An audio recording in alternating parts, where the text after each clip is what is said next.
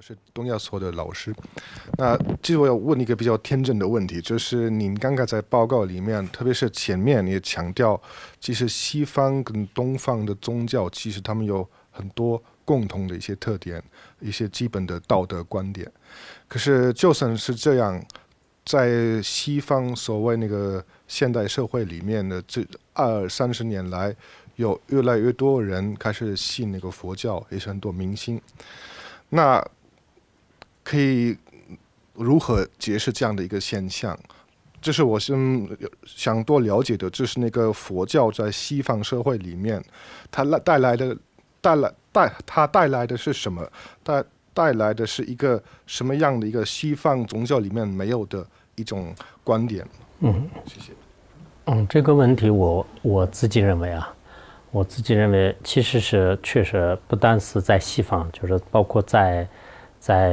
中国，就是也存在着这种现象。以前这个很多老年人这个信佛教，但现在呢，就是年轻人，尤其是知识水平相当高的，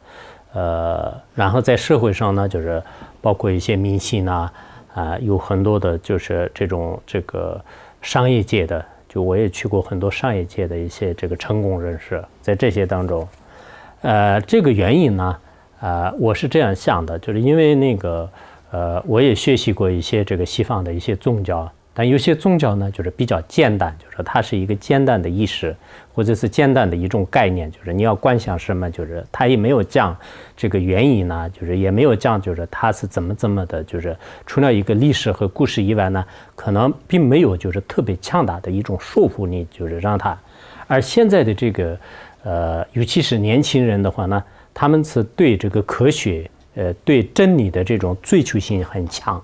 就这样以后呢，如果讲一个故事，讲一个简单的这种意识的话呢，它不一定就是，所以我们在这个佛教当中的话呢，就是做意识的年轻人呢就比较少，但是呢，他们研究这个佛教的人呢是相当多的。所以这些人为什么是很多年轻人喜欢佛教呢？实际上是这里面有一部分，可能少部分呢，就是自己比较感动或者是自己有一种特殊的这种热情，就是这种。但相当多的人呢，他对这个佛教的教理，尤其是像我们藏传佛教的一些教理呢，通过很长时间的互相辩论，尖锐的问题呢，就不断的就是探索，最后呢，就是得出了就是很确实的这种结论。像这样的这种理论的话呢，现在很多年轻人是特别喜欢。因此呢，就是他们就寻找，就是佛教当中呢，就是有特别丰富的一些教理，不管是历史也好，文学也好，还是在任何一个地方呢，他会就是找到了，就是并不是一种传说，就是并不是一种，好像光是一种信仰。就今天我跟陈教授，什么这个，